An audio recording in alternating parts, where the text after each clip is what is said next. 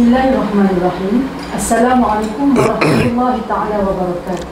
Terima kasih kerana memilih untuk bersama dengan saya, Dr. Farhana Husaini binti Hasbullah. Sekali lagi dalam satu lagi segmen Tanyalah Doktor yang dibawakan khas untuk anda oleh Lubna TV dengan kerjasama Fabisma Cawangan Terengganu.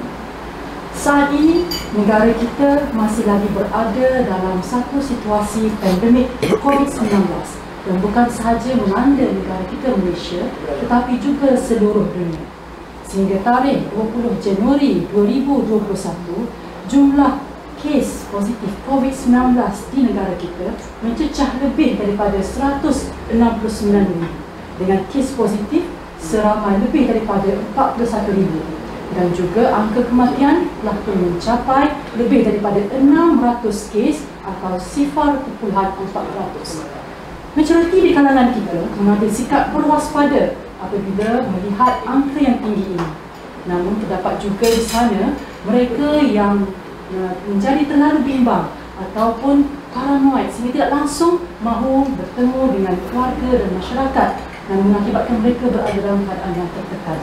Di sana juga ada di kalangan mereka yang mengambil sikap sambil lewa apabila melihat angka-angka tersebut. Bagaimana reaksi kita terhadap angka yang tinggi ini bergantung kepada maklumat yang kita terima, sama ada mitos ataupun fakta. Maka untuk itu bersama-sama dengan kita untuk menjawab persoalan ini ialah tetamu yang diundang khas ke studio Lubna TV, iaitu yang tidak asing lagi Dr. Suhazli binti Abdullah, pakar perubatan keluarga. Terima kasih Doktor. Ya, sama-sama. Untuk bersama dengan kita pada hari ini. Terima kasih kembali. Baik Doktor, kembali kepada fakta yang telah saya kongsikan sebentar tadi. Saya memang mengikuti maklumat yang dikongsi sama ada di Telegram Majlis Keselamatan Negara MKN ataupun di Facebook KKM itu sendiri yang sentiasa memberi kita maklumat berkaitan dengan kes setiap hari. Cuma saya perhatikan apabila kita melihat maklumat ini contoh di FB KKM itu sendiri, kita melihat reaksi-reaksi netizen. Ada yang memperlekehkan bilangan ini, ada yang menyatakan ini adalah rekaan semata-mata, adalah untuk menakutkan orang ramai, untuk memaksa mereka tidak berada di rumah, menerima vaksin dan sebagainya. Dan ada yang mengatakan bahawa COVID-19 ini adalah seperti coronavirus yang biasa yang hanya menyebabkan selsema biasa. Mitos atau fakta? Silakan Dr. Suhazli. Okey, terima kasih kepada Dr. Farhana sebagai moderator Lubna TV pada kali ini. Terima kasih di atas jemputan untuk berkongsi pengalaman dan juga ilmu berkaitan dengan COVID-19 secara khususnya. Saya sehari dua ni tak tahu nak memulakan sesi perbincangan sebab pagi tadi pun ada sesi perbincangan dengan pihak UNIZA dan sebagainya. Nak memulakan dengan perasaan sedih.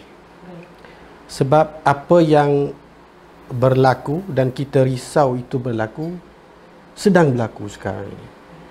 Sejak daripada Januari tahun 2020, tahun lepas, sehingga ke sekarang saya rasa sudah menjadi satu zikir harian bagi Tan Sri Datuk Seri DG, Tan Sri Dr. Nur Hisham Abdullah. Setiap kali sidang media yang dilakukan oleh beliau di akhir sekali selalu disebut, diulang-ulang. Jagalah SOP, jagalah SOP, jagalah SOP, dan adalah beberapa tata cara berkaitan dengan SOP. Selepas daripada 18 Mac yang lalu, PKP yang pertama.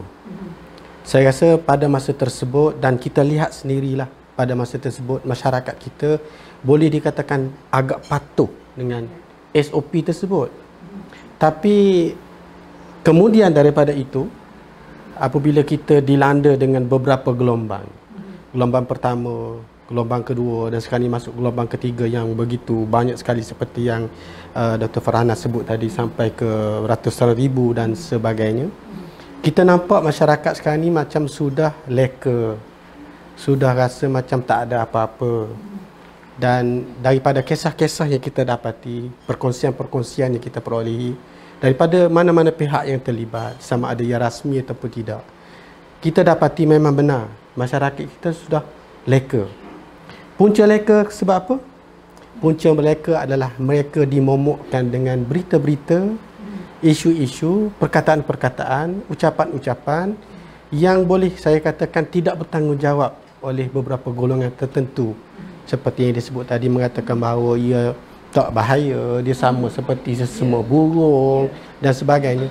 Sedangkan kalau kita lihat dari segi jumlahnya itu, begitu meningkat sekali mendadak sampai ke tempoh setahun yang kita lalui sekarang ini, sudah mencecah kepada 160,000. Walaupun kita kata kalau kita lihat dari segi statistik semasa dalam negara kita sekarang ni, daripada total jumlah kesemuanya, kita, ya betul, kita katakan bahawa 80% daripadanya sembuh. Sembuh dalam erti kata dalam tempoh 10 hari, 14 hari sembuh 80% tanpa ada gejala yang kuat ataupun tinggi. Tetapi kita kena lihat jumlah 20% lagi tu. Di mana jumlah 20%, sebelum saya pergi lebih lanjut, saya nak terangkan 5 tahap utama klinikal. Tahap yang pertama, positif tapi tak ada gejala. Tahap kedua, positif bergejala. Tahap yang ketiga, 4, 5 ni positif, bergejala dan menyerang salur pernafasan. Sehingga tahap kelima ni tenat, mengganggu organ lain dan masuk dalam darah, pergi ke otak dan maut. 20% daripada mereka. Dan kalau kita tengok sendiri statistik yang terakhir, kurang daripada 1% daripada jumlah kematian itu adalah daripada golongan 20% tadi. Kalau kita lihat balik daripada 20% itu dan perkongsian-perkongsian yang telah dilakukan oleh individu-individu yang masuk dalam kategori itu, amat memeritkan. Maksudnya ia bukan satu sesama burung yang biasa. Bukan sesama biasa. Dia adalah sesuatu yang serius yang perlu kita ambil peranan bersama. Satu lagi, orang mengatakan bahawa COVID-19 ni sepupu sepapat dengan MERS-CoV, SARS.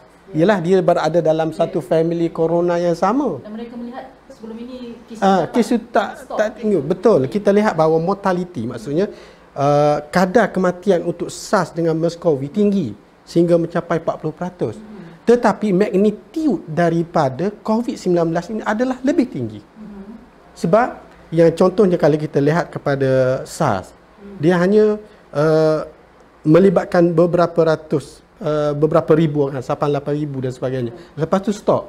Tapi sekarang ni magnitude untuk COVID sehingga mencecah kepada 160,000 lebih, dan kematian sekarang ni sudah mencecah dalam negara kita, mencecah kepada 600 lebih, dan seluruh dunia sudah menghampiri 2 juta. Berbeza dengan MERS-CoV dengan SARS. Maksudnya ia bukan sesuatu yang remeh bagi kita, dan ianya perlu diambil serius oleh setiap daripada kita yang sayangkan kesihatan setiap daripada kita dan anggota masyarakat. Dan situasi ini dijangkakan akan berterusan dalam tempoh yang lama. Jika kita rasa sekarang ini sudah kes begitu banyak, berkemungkinan akan bertambah lagi. Ya. Kalau kita lihat kepada sejarah PKP1, bermula daripada 18 Mac yang lalu, kes yang pertama COVID dalam negara kita bermula daripada tahun baru Cina, 24 hari bulan. Di masa tersebut 22 kes. Semuanya adalah import daripada China. 18 hari bulan Mac, kita buat PKP dengan begitu bergaya sekali. So saya kata bergaya lah sebab kita memang semua patuh, semua duduk kat rumah dan semua kena jaga. Dan kes stop. Maksudnya kes menerus hingga ke digit 1 dan ada masanya kosong. Tetapi selepas daripada 27 Mac, gelombang yang kedua, orang sudah mula leka. Key point dia adalah sudah mula alpha dan leka. Kata tak ada apa-apa dah. Bermula daripada situlah kes meningkat dan bermula daripada Jun sampai sekarang kita boleh melihat sendirilah di dada-dada akhbar dan sebagainya, jumlah tidak turun setiap hari, malah bertambah setiap hari. Sebab kalau kita lihat sendirilah daripada perkongsian pengarah kesihatan negeri sendirilah, ini orang Terengganu ni, set kita ni tak dengar kata dia kata. Bukan nak tuduh siapa-siapa, kita sendiri pun agak letih dengan keadaan begini kan. Tetapi oleh kerana mungkin kita dah rasa macam fatigue ataupun sudah letih dan keadaan ini menyebabkan kita kata dah tak apalah kot. Lepas tu apabila orang memomokkan, dia kata tak apa kot. Sebab ada selebriti tertentu, individu tertentu yang tidak bertanggungjawab, dia kata dia positif, okey je. Jadi ini adalah mempengaruhi manusia yang ada di luar sana yang tidak melihat sendiri apakah usaha yang kita telah lakukan di peringkat Kementerian Kesihatan. Dan sehingga kini kita dapati bahawa Hospital Kuala Terengganu ini pun dah penuh. Di Hospital Sungai Buloh yang hospital COVID yang pertama pun sudah kita kata sudah up to the 100%. Dan terpaksa membuka maib dan sebagainya. Dan negeri Kelantan pun sudah buka pusat. Dan Terengganu pun akan buka pusat yang ketiga untuk karantin dan sebagainya. Ini ada sesuatu yang saya rasa perlu kita ambil peranan bersama lah supaya tidak leka dan tidak lupa. Ya. Saya setuju dengan Dr. Suhasni. Maknanya sifat leka itu boleh membahayakan kita. Mungkin dari satu sudut mereka melihat apabila kes itu makin menurun dan mereka dapat melakukan aktiviti harian seperti biasa kerana sememangnya fitrah soal betul, kembali kepada normal fitrah biasa. Ya, betul. Tapi kelekaan ini sebenarnya membawa padah. Ya, betul. Cumanya apabila Dr. Suhasni menyebut tadi bahawa hanya 20 yang bergejala itu tidak ramai kan, 80% ya. Tidak bergejala. Mungkin di luar sana mereka tidak mengambil cara simptom-simptom ini ya. Ya, betul. Mungkin Dr. Suhasni boleh kongsikan sedikit. Okey. Apakah simptom yang perlu seseorang itu ambil tahu agar dia pergi mendapatkan pemeriksaan dan sebagainya, sebab mungkin mereka menganggap hanya sekiranya ada kontak dengan yang mereka yang positif sahaja perlu pemeriksaan. Ya. Tanda-tanda yang utama 5 semuanya yang boleh kita kira. Yang pertama sekali dia batuk, sesema, okey, demam, sakit kerongkong, okey, dan sesak nafas. 5 yang utama. Tidak semestinya ada 5. Dan kajian terbaru, bukan kajian, ini adalah hasil daripada laporan yang kita telah dapati daripada majoriti pesakit yang mempunyai gejala itu. Satu lagi tambahan yang boleh dikatakan benda yang penting, hilang deria bau. Tanpa simptom lain pun perlu mendapatkan, dan dia kena kontak positif dengan orang yang positif. Maksudnya dia pernah kontak dengan orang positif, duduk bersama lebih pada 15 minit dengan jarak yang dekat, dan dia punya tanda tersebut perlu mendapatkan rawatan dan saringan, insya-Allah. Maknanya sekarang ini kita masih lagi menyaring ataupun membuat ujian pengesahan untuk mereka yang bergejala ataupun tidak bergejala, asalkan mereka ada kontak rapat kepada pesakit yang positif. Ya, betul. Baik. Jadi berkenaan dengan ujian pengesahan ini terdapat beberapa ujian di luar sana yang boleh mereka yang ingin melaksanakan ujian ini memilih untuk lakukannya. Ada pendapat mengatakan nasal swab melalui hidung, ada melalui tekak ataupun throat swab. Boleh doktor terangkan sikit perbezaan ataupun apakah ujian yang paling baik sebenarnya untuk pengesan COVID-19 ini? Okey, baik. Dia ada 3 kaedah yang utama, 3 ujian yang utama. Yang pertama adalah kita panggil rapid test antigen. Yang kedua rapid test antibody. Yang ketiga adalah PCR. Perkara ni teknikal dan makmal. Masyarakat luar mungkin nak tahu tak nak tahu tu urusan mereka, tapi urusan kami di peringkat Kementerian Kesihatan dan juga di klinik memang terdapat perbezaan di antara ketiga-tiga ni. Apa itu RT, maksudnya rapid test. Antigen maksudnya dia melihat kepada hadirnya makhluk tu, virus tu. Okey. Antibody adalah hasil daripada wujudnya antigen, wujudnya virus, dia akan membentuk antibody. Antibody ni pertahanan badan. Jadi ada test uji alat yang kesan antigen, maksudnya adanya makhluk tu. Ada ujian yang test wujud tak antibody. Dan satu lagi PCR. PCR ini adalah lebih jitu melihat pada wujud ke tak virus tersebut secara tepat. Maksudnya apakah bentuk dia dan apakah dia punya kesan reaction dia. Lepas tu dia panggil polymerase chain reaction. Jadi tu yang paling tepat. 3 tadi rapid test antigen, rapid test antibody dengan PCR. Di mana ni adalah uji kaji yang dibuat di lapangan. kebanyakan daripadanya lah biasanya swasta dan sebagainya buat. Sebab dia punya harga kit tu, rapid test kit tu adalah agak lebih murah berbanding dengan PCR yang agak mahal. Baik. Dia punya istilah kami kita sebut sebagai sensitif dengan spesifik. Jadi kedua-dua ini adalah agak kurang sensitif walaupun ia spesifik. Kalaulah dia positif, maksudnya spesifik untuk virus COVID. Tapi sensitif mungkin ada di antaranya yang tidak dapat dikesan. Kalaulah dia negatif, ada yang tidak dapat dikesan sepenuhnya. Bermakna kemungkinan dia positif ada sebab dia ada false negatif. Yang ni teknikal tu. Dia bergantung kepada syarikat pengeluar itu yang mengeluarkan apakah sensitivity dengan specificity bagi mereka.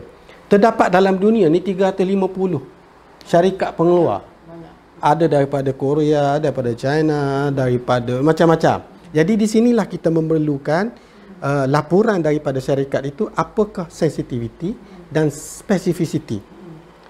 Masuk dalam negara kita tak boleh jual terus. Mesti melalui KKM dan KKM akan test dulu untuk rakyat kita melalui IMR, Institute of Medical Research. Setelah endorse daripada IMR dan tengok sama ada betul ke tak apa yang telah didakwa oleh mereka sensitif dengan spesifik tadi, sama ke tidak, barulah boleh dijual dan digunakan. Tapi perlu diingat adanya false negatif di situ. Maksudnya kita jangan sedar hati kita kata kalau kita ni negatif. Kalau kita ni kontak rapat dan mempunyai gejala, kemungkinan dia ada false negatif. Tapi kalau dia positif, kemungkinan besar maksud dia spesifik dengan COVID-19. Sebab itulah kita kalaulah kita bergejala dan mempunyai sejarah daripada zon merah, kontak rapat dan sebagainya, kita akan buat PCR. Di mana PCR dia punya sensitivity dengan spesifik adalah optimum. Begitulah. Ya, PCR itu lebih tepat. Lebih tepat. Dan sekiranya seseorang itu untuk memilih untuk membuat ujian antigen di swasta sebagai contoh saja dan negatif, sebaiknya jangan mengabaikan SOP dan betul. Tidak mengkuarantin diri selagi tidak betul-betul disahkan bahawa mereka adalah tidak positif. Tidak positif. Jadi bagi kes yang positif sekarang ini, kita sedia maklum sebenarnya perlu kuarantin. Ya, betul. Tapi ada persoalan. Sebelum ini kuarantin 14 hari. Sekarang ini sudah turun pada 10 hari. Adakah bermakna kurang risiko jangkitan sekiranya kita kuarantin setakat 10 hari? Dan kenapa ada yang boleh kuarantin di rumah dan kenapa ada yang perlu kuarantin di pusat kuarantin? Apa perbezaan? Okey. Keputusan yang telah dibuat seingat saya pada bulan lepas oleh Tan Sri Datuk Seri DG oleh KKM, kuarantin ataupun tempoh kuarantin itu dipendekkan. Kalau kita lihatkan sebelum daripada ini, kita punya garis panduan 14 hari. Itu adalah berdasarkan kepada kajian pada masa tersebut. Maksud dia punya infectivity, keboleh jangkitan COVID itu pada masa tersebut dikaji 14 hari. Okey. Tapi terdapat latest kajian daripada Kanada mengatakan bahawa 10 hari sudah mencukupi. Kerana hari ke-10 dan ke atas tu sudah tidak berlaku infectivity, keboleh jangkitan. Walaupun mungkin ia positif, walaupun ujian tu positif, tetapi kita panggil dia adalah lebih kepada virus yang telah mati dan sebagainya masih lagi dikesan. Tetapi infectivity, keboleh jangkitan tu sudah memadai, cukup hanya 10 hari. Dan kalau untuk pengetahuan para penonton sekalian lah, kalau orang itu tidak mempunyai gejala, kemungkinan dia akan jadi positif adalah 2 hari sebelum ujian. Macam mana nak kata ni? Maksudnya dia panggil pre-symptomatic. Dia tak bergejala. Tapi kajian mengatakan bahawa 2 hari sebelum tu dia sebenarnya telah dijangkiti. Sebelum mendapat simptom. Maksudnya di sini kita perlu berhati-hati. Walaupun kita tidak ada tanda-tanda dan sebagainya. Baik. Isu yang kedua adalah berkaitan dengan kuarantin. Alhamdulillah negeri Terengganu masih lagi mengamalkan sesiapa yang positif akan dimasukkan ke pusat kuarantin.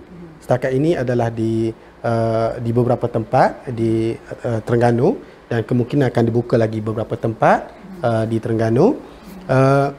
Walaupun dia tidak bergejala tapi positif melalui PCR tadi, tetap dimasukkan ke pusat kuarantin untuk memutuskan rantaian.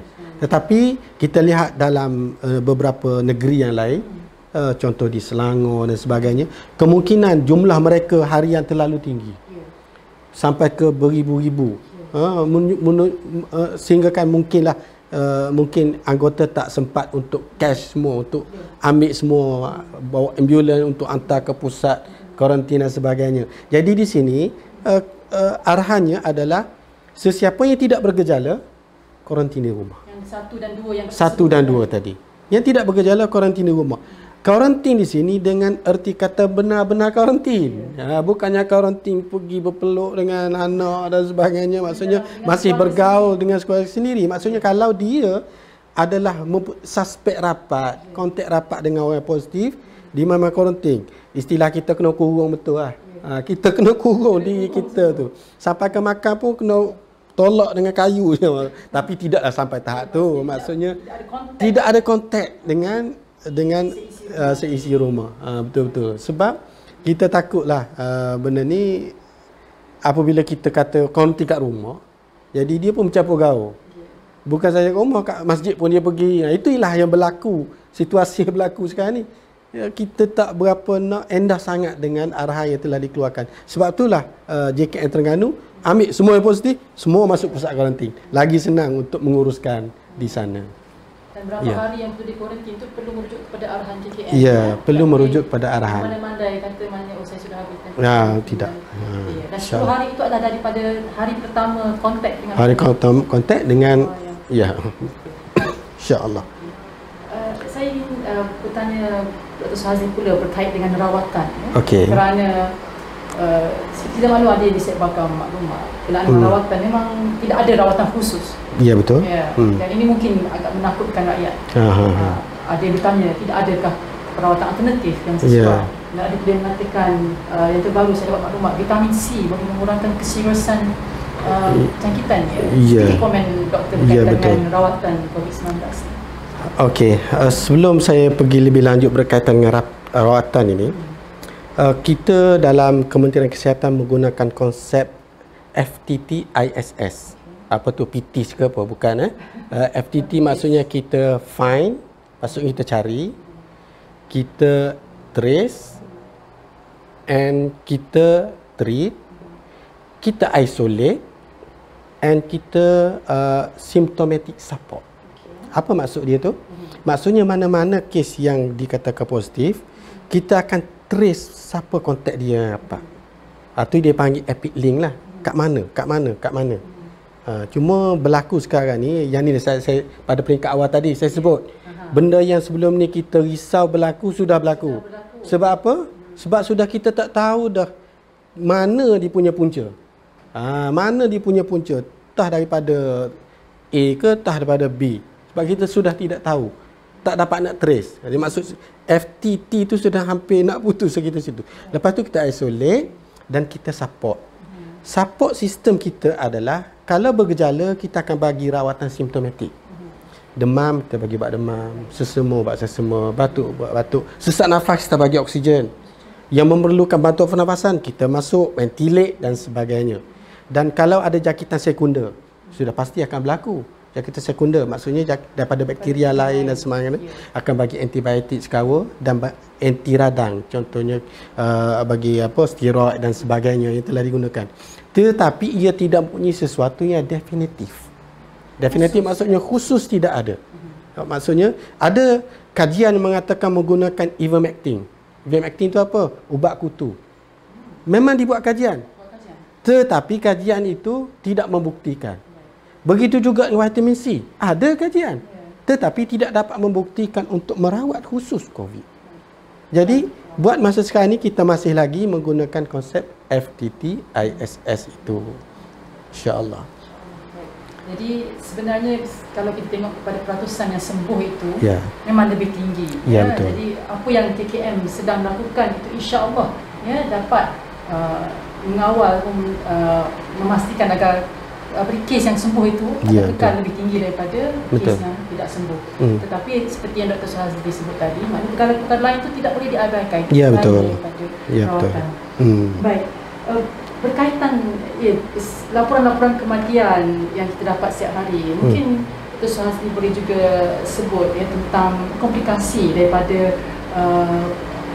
COVID-19 ini dan juga akibat lanjutan. Sebenarnya apabila seseorang itu telah pulih, adakah dia pulih sepenuhnya dan adakah kemungkinan seorang yang pulih itu boleh dijangkiti semula? Okey. Saya sebenarnya tak nak bercakap dengan cara peribadi, tapi saya mesti merujuk kepada kajian. Kajian mengatakan bahawa sesiapa yang dijangkiti, yang bergejala itu, 60% daripada mereka akan mempunyai kesan lanjutan. Maksudnya dia prolong. Contohnya yang saya kata tadi, hidung kurang bau, lenguh, sesak nafas, general malaise, maksudnya sakit orat lah, maksudnya sakit orat dan sebagainya. 3-4 tanda ini dia berlanjutan. Kajian ada setengah mengatakan kajian sehingga 60 hari, ada kajian sehingga sampai ke 90 hari. Tapi 60% daripada mereka itu akan terdapat gangguan dari sudut pernafasan dan juga hilang deria bau.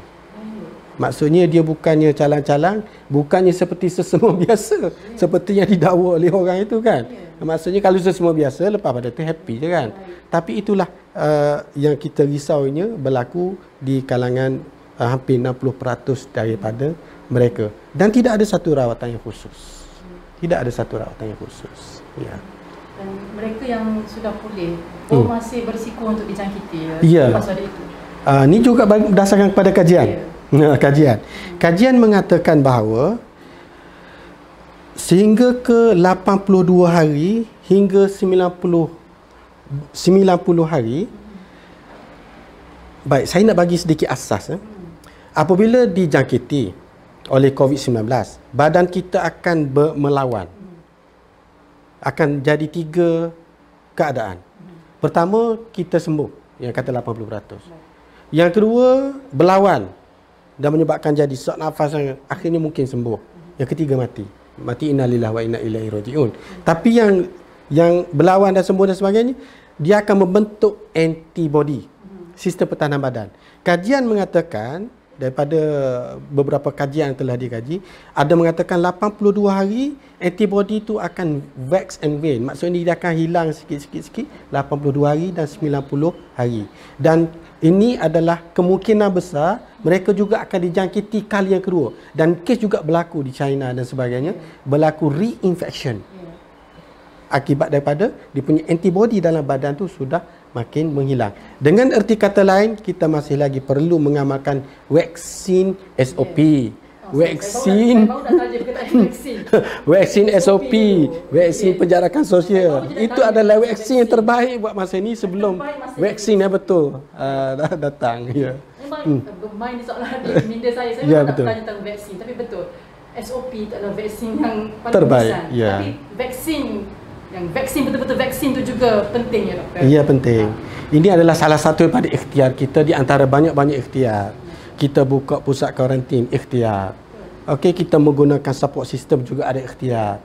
Kita menggunakan SOP juga ada ikhtiar. Dan salah satu daripada ikhtiar untuk pencegah adalah vaksinasi. Di mana vaksinasi ini bukan benda baru. Sudah banyak penyakit-penyakit lain sebelum ini telah terbukti dalam sejarah perubatan boleh menurunkan penyakit-penyakit yang berlaku ke atas manusia, dan insya-Allah dengan hadirnya vaksin COVID-19 ini boleh membantu melandaikan lagi kes jangkitan, mengakibatkan berlakunya herd immunity. Apa maksud herd immunity? Komuniti kelompok. Kelompok maksudnya semuanya telah terlindung insya-Allah dengan kuasa Allah Taala juga, dan virus COVID akan semakin menurun dan akhir sekali mungkin pada satu tempoh yang tertentu kita sudah tidak perlu dah vaksin SOP itu. Kita hanya perlu vaksin yang original itu. Wallahu a'lam. sangat penting maklumat itu, kerana yalah kita di awal temu bual ini kita dibentangkan dengan pelbagai fakta yang pada saya kita tidak mahu terlalu rasa negatif ataupun rasa macam sudah putus harapan kan, sudah di luar kawal. Kita masih perlu letakkan harapan dan positif bahawa insya-Allah sekiranya kita berpegang pada 2 vaksin tadi jaga SOP norma baru dan juga vaksin yang insya-Allah dengan izin Allah betul, kita dapat mengawal insya-Allah. Jadi untuk yang terakhir mungkin satu pesanan dan harapan untuk mereka di luar sana agar tidak sememangnya kita perlu berwaspada dan mungkin apa yang perlu, paling penting yang perlu mereka semua ambil iktibar ataupun laksanakan agar kita sama-sama dapat menyaksikan wabak COVID-19 ini diangkat daripada bumi Malaysia dan negeri. Baik, para penonton yang dihormati sekalian, dalam menguruskan krisis, dipanggil krisis management, satu benda penting yang perlu diambil peranan iaitu single command. Maksudnya segala apa arahan itu mesti daripada satu sumber. Bukannya daripada Google, bukannya daripada YouTube, bukan daripada artis yang acah-acah nak jadi Tan Sri Diji dan sebagainya, bukan. Bukan daripada penggiat teori konspirasi, bukan. Dia mesti berdasar kepada satu sumber yang berwasit, berautoriti, yang mahir dalam pengurusan itu. Dan satu sumber ini dia sudah pasti dan sudah tentu akan merujuk kepada kajian demi kajian, ialah seperti isu vaksin dan sebagainya. Ia mesti merujuk kepada itu untuk menjadikan kita ni insya-Allah selamat dan menurunkan, melandaikan lagi COVID-19 dalam negara kita. Maksudnya kena lihat kepada sumbernya betul. Bukannya merujuk pada mana-mana yang saya rasa banyak yang tidak bertanggungjawab di luar sana. Dan terima kasih kepada Lumna TV, saya rasa memberi satu maklumat yang sahih untuk diberikan kepada penonton sekalian. Terima kasih Dr. Okey, sama-sama. Mitos versus fakta, pilihlah fakta. InsyaAllah kita sama-sama bekerjasama, seluruh rakyat Malaysia, rakyat negeri Terengganu akan memastikan kita akan dapat melawan dan menang dalam perang pada COVID-19 ini. InsyaAllah kita sama-sama usaha dan kita doakan kepada semua yang dijangkiti COVID-19 agar diberi kesembuhan oleh Allah SWT, dan mereka yang sedang menunggu keputusan dan yang ada kontak positif sentiasa bersikap positif, dan bagi kita semua yang lain yang insya-Allah kita doakan akan selamat daripada jangkitan ini dengan mengamalkan SOP dan mendengar apa dia arahan daripada sumber yang benar. Terima kasih sekali lagi kerana memilih untuk bersama dengan Lumna TV. InsyaAllah jangan lupa kongsi, share dan like agar maklumat yang kita dapat pada hari ini dapat dimanfaatkan oleh ramai orang. Sekian. Wabillahi taufiq wal hidayah. Wassalamualaikum warahmatullahi taala wabarakatuh. Waalaikumsalam warahmatullahi wabarakatuh.